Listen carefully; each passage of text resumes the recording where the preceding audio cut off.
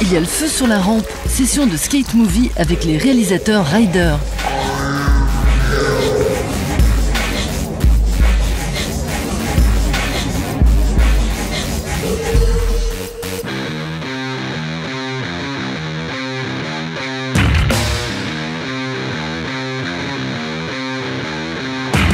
Longtemps considérée comme la cinquième roue du carrosse, la vidéo de skate fait aujourd'hui son cinéma. La planche crève l'écran et les maniaques du roulement à billes font des tricks avec leur caméra.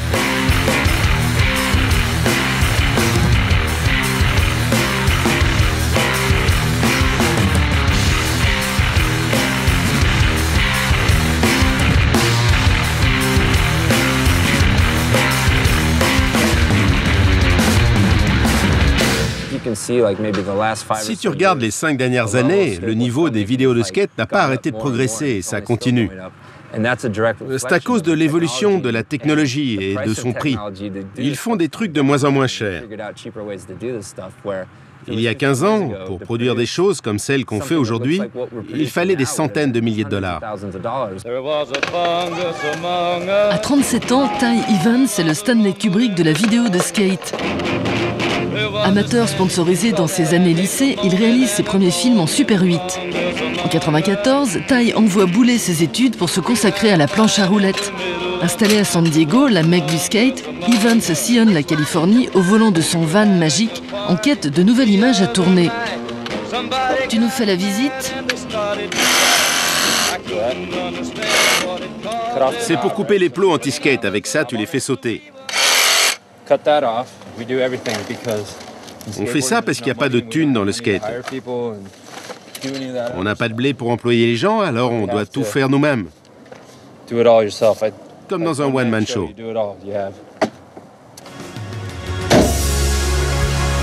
Le destin de Ty Evans bascule en 2003 lorsque son skate croise le BMX de Spike Jonze, le créateur de Jackass et réalisateur de Dans la peau de John Malkovich. Ensemble, ils tournent des films qui font sortir la planche à roulettes du skatepark. 4 ans plus tard, le duo remporte avec Fully Flared le trophée de la meilleure vidéo de l'année.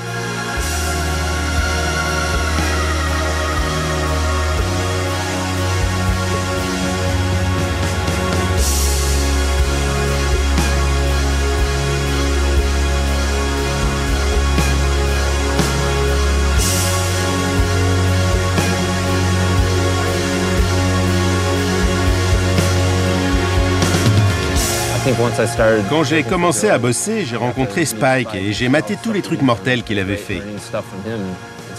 Ça a été génial d'apprendre à ses côtés, ça m'a boosté. C'est vraiment cool de ne pas avoir à te sentir dans un environnement de travail, juste passer de vrais bons moments.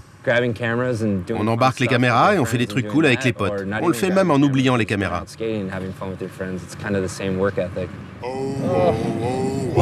Ce jour-là, le skater pro Justin Eldridge fait les frais de la dernière trouvaille de Ty Evans.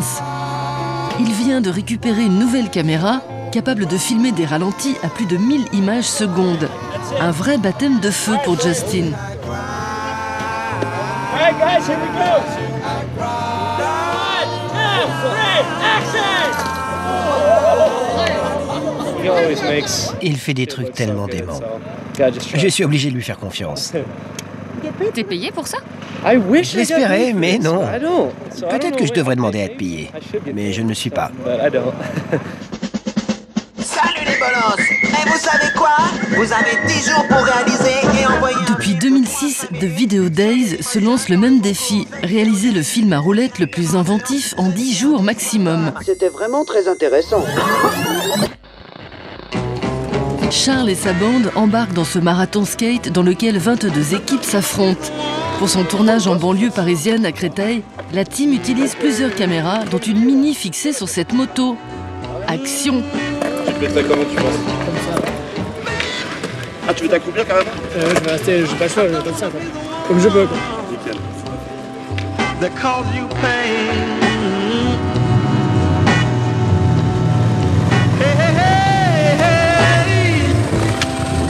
Somebody find me a preacher so I can buy the rights.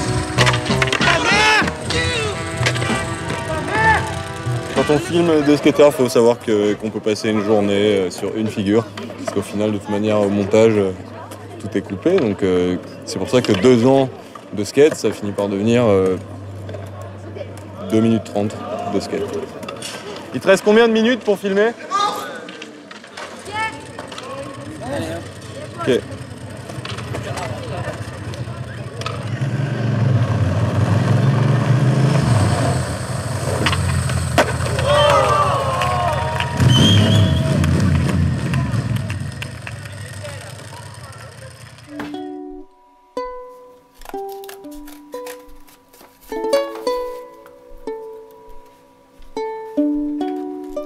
En 2010, Pacôme Gabriag bricole avec son pote skater Quentin ce petit film et gagne le premier prix. Un vrai carton.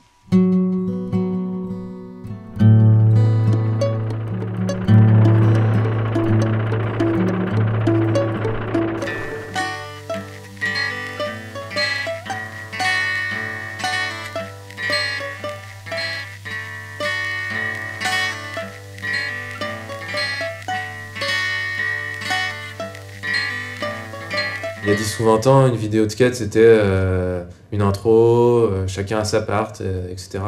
C'est tout, quoi.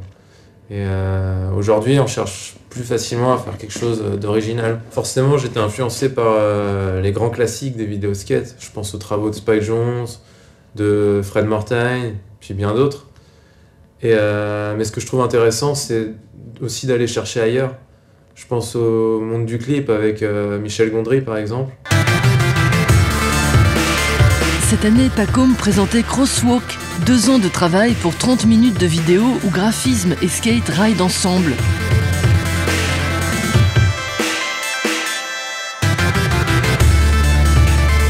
À l'occasion de The Video Days, la salle parisienne du Point éphémère s'est transformée en rampe de lancement de la culture skate. Comme au Festival de Cannes, la compétition a son président du jury, Fred Mortagne, alias French Fred. À 8 ans, il saute sur son premier skate et réalise ses propres vidéos 10 ans plus tard. Fred est même l'inventeur d'une technique de prise de vue, le Frangle. Le Frangle, le Fred Angle, c'était une forme de travelling cinéma, mais qui était fait comme ça, en skate, sans aucun moyen. Donc c'était filmé au zoom. Parce que dans le skate, on filme sur au fisheye, au grand angle. Et là, c'était filmé au zoom, mais en mouvement.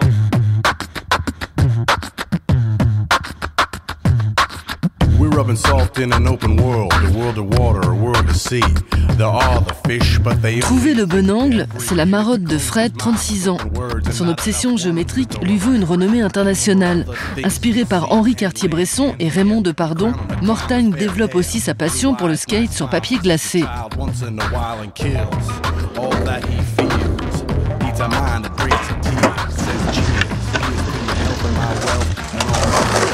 Hybridation, sa dernière œuvre, se déguste projetée sur un mur de planches. Exposé l'été dernier à Paris, à la Gaîté Lyrique, Fred en profite pour passer à l'offensive. Il rameute les Man-Wolves, un gang de skateurs mal élevés, histoire de les faire rider dans le bâtiment. Mortagne rencontre ses blousons noirs de la planche à roulettes en 2009 sur le tournage du film de Corey Adams, Macho Tail Drop. Avec ce premier long métrage, le réalisateur canadien invente le conte pour skaters.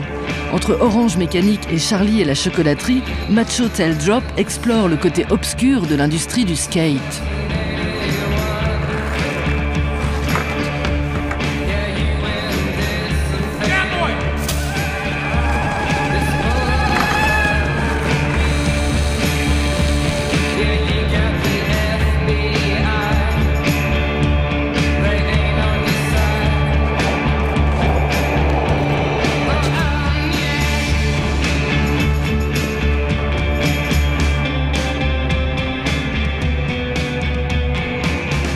C'est un film fait par des skateurs, pour des skateurs, mais qui est super critique en fait envers le skate.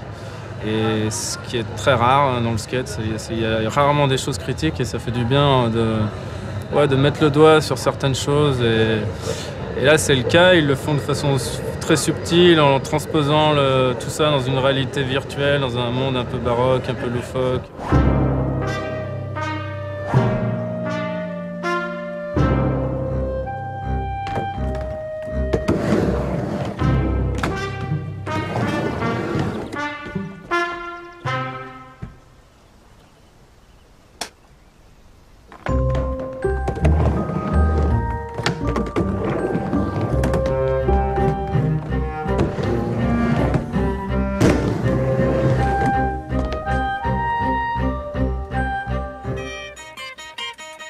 toujours une roulette d'avance, Ty Evans vient de mettre en boîte Unbelievable, la première vidéo de skate tournée en 3D.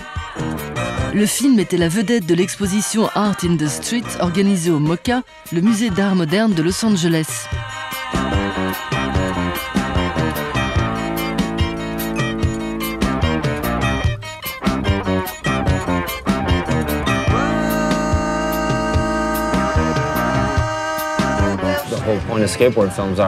L'enjeu des films de skate, c'est de promouvoir des marques et des skateurs. Mais en fin de compte, le vrai truc qui importe, à mon avis, c'est que le kid qui mate ça se dise « Waouh, j'en crois pas mes yeux. Je vais prendre mon skate direct et je vais aller skater dehors. » Tout de suite, un cut doigt devant